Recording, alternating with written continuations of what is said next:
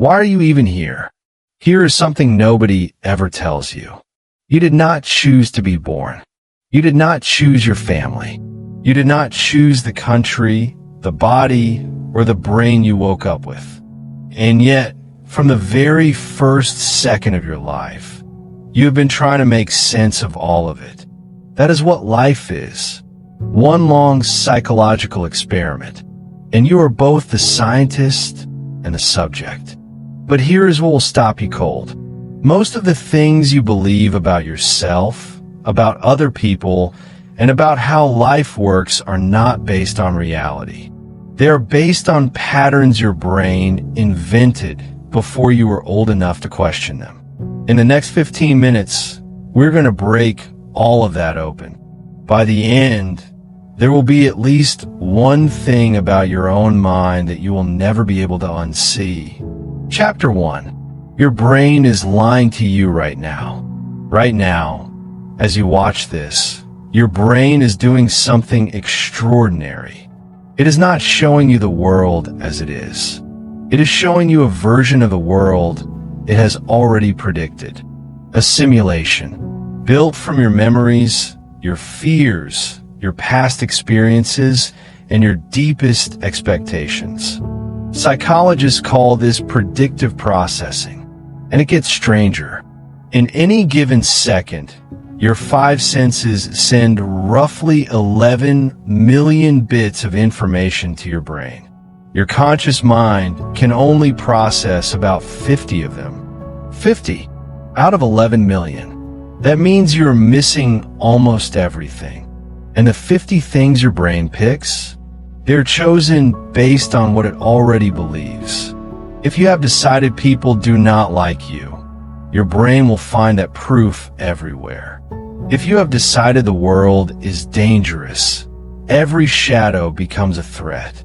Here is the part that should genuinely unsettle you. Two people can stand in the exact same room, look at the exact same situation, and walk away having experienced two completely different realities. Neither of them is lying. Both of them are wrong about thinking they saw the whole picture. Chapter 2. The illusion of control. Have you ever lain awake at night, going over a conversation that happened 3 days ago, replaying it, rewriting it, thinking about everything you should have said differently? That is your brain trying to control something that is already over. And this obsession runs so deep, it will literally make you choose pain over uncertainty. Psychologists have documented this repeatedly. When given the choice between a guaranteed bad outcome and an unknown one, people consistently choose the guaranteed bad outcome. We would rather know that something terrible is coming than not know at all. Uncertainty does not just make us uncomfortable. To the brain, it registers as a physical threat. Now here is what changes when you understand this. Most of the anxiety you feel in your life is not about the actual problem in front of you. It is about the parts of the problem you cannot see. The answer you're still waiting for. The thing that has not happened yet.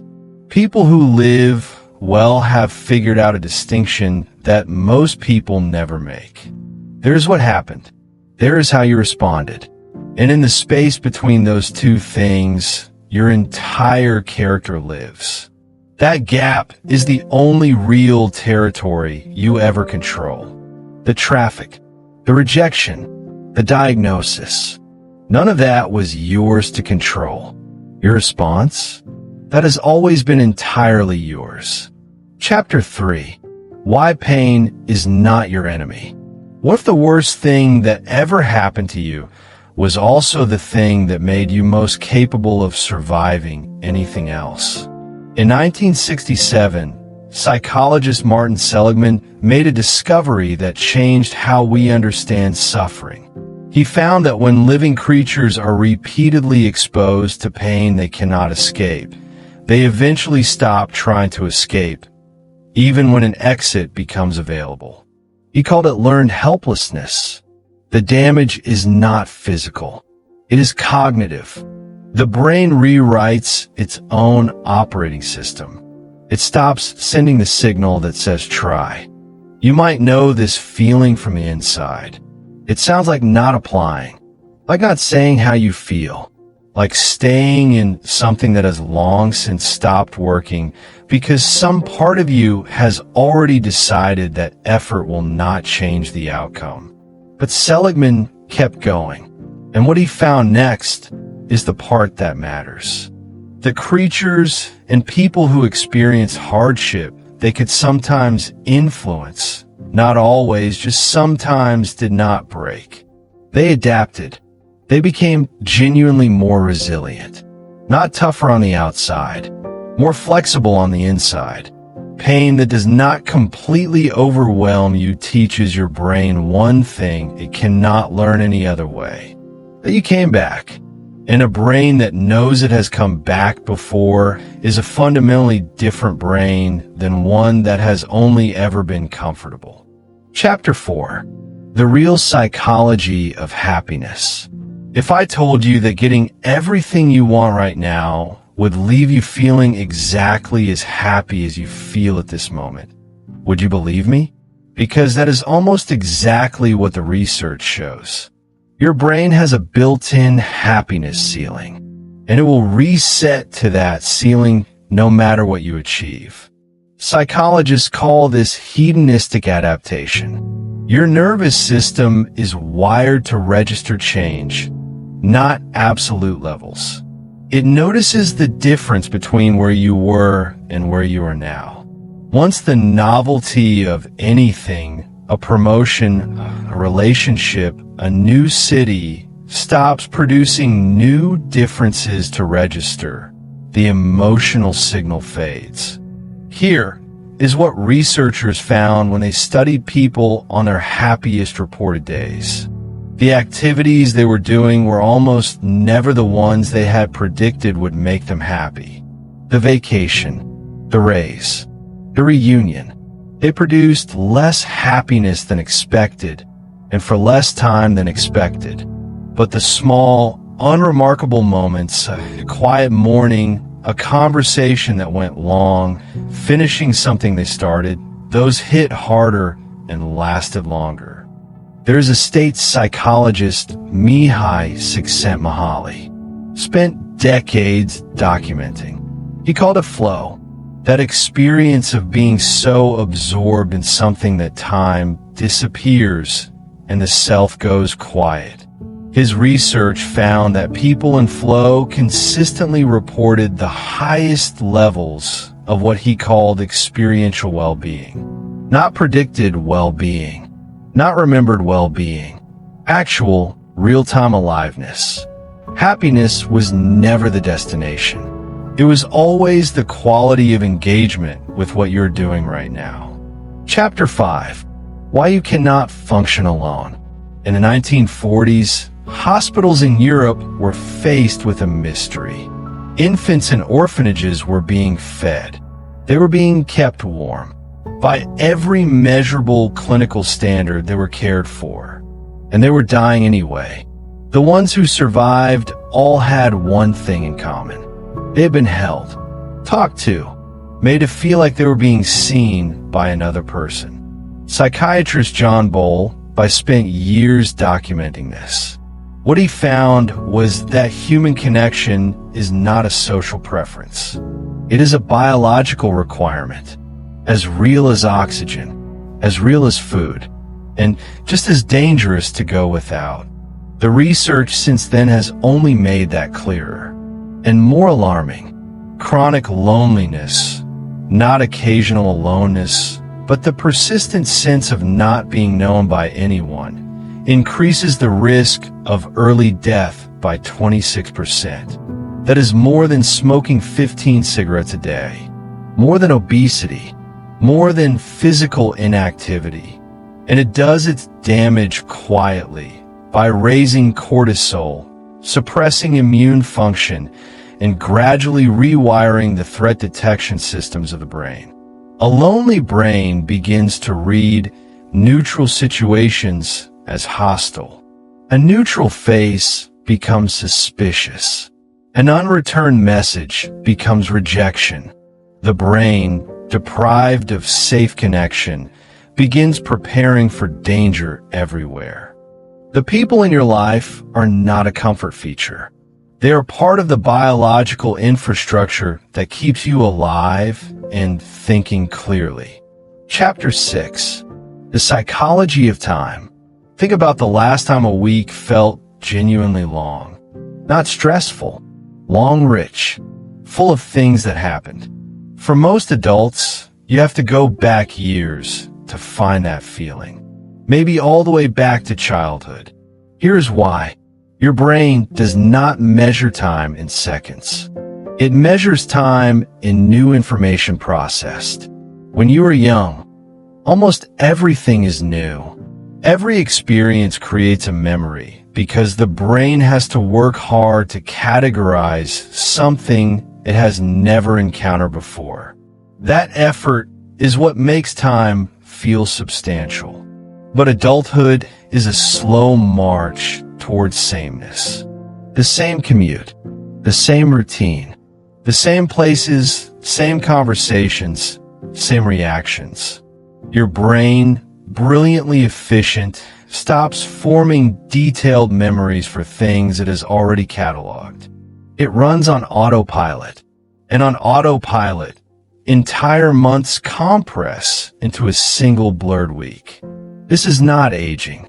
It is the price of routine. The research on this is striking. People who deliberately pursue novel experiences, new skills, new environments, new social groups, report a significantly different experience of time.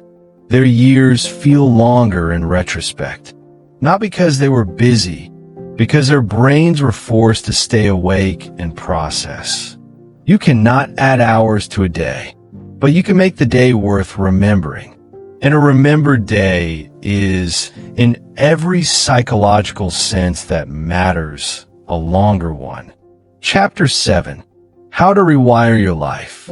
For most of human history, scientists believed the adult brain was fixed. That who you were by your mid-20s was who you would be forever. The circuits were set. The patterns were locked. They were wrong.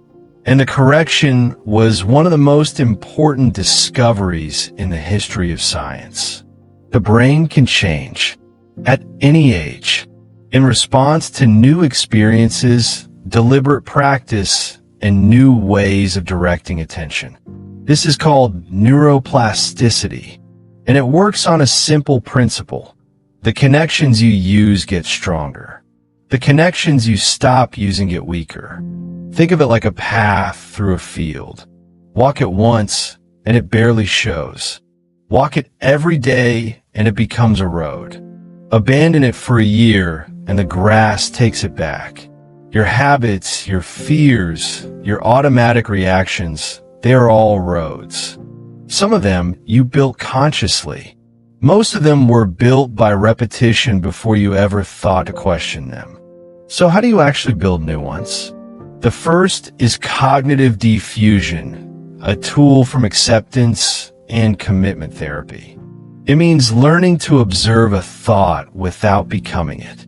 You're not the voice in your head. You are the one who can hear it. That small distinction, practiced consistently, changes how much power any given thought has over your behavior.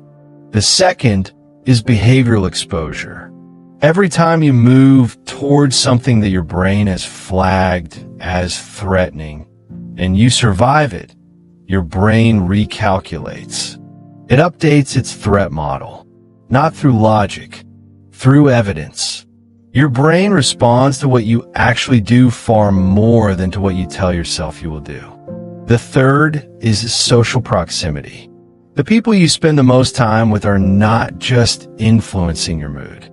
Decades of social psychology research show they're shaping your standards, your habits, your ambitions, and the ceiling you place on what you believe is possible for someone like you.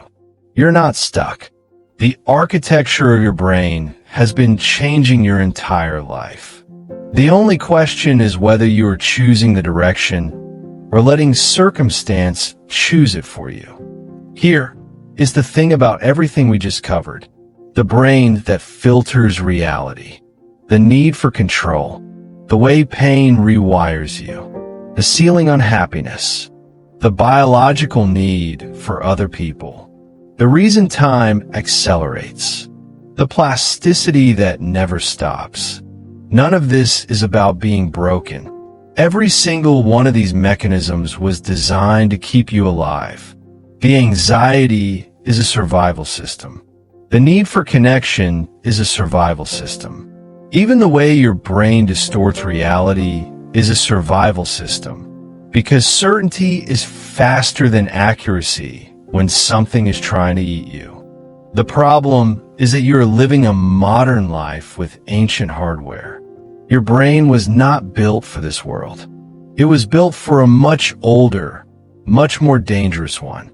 And most of what makes modern life feel hard, the overload, the comparison, the loneliness in a crowd, the sense that nothing is ever quite enough, is the sound of ancient software running on a problem it was never designed to solve.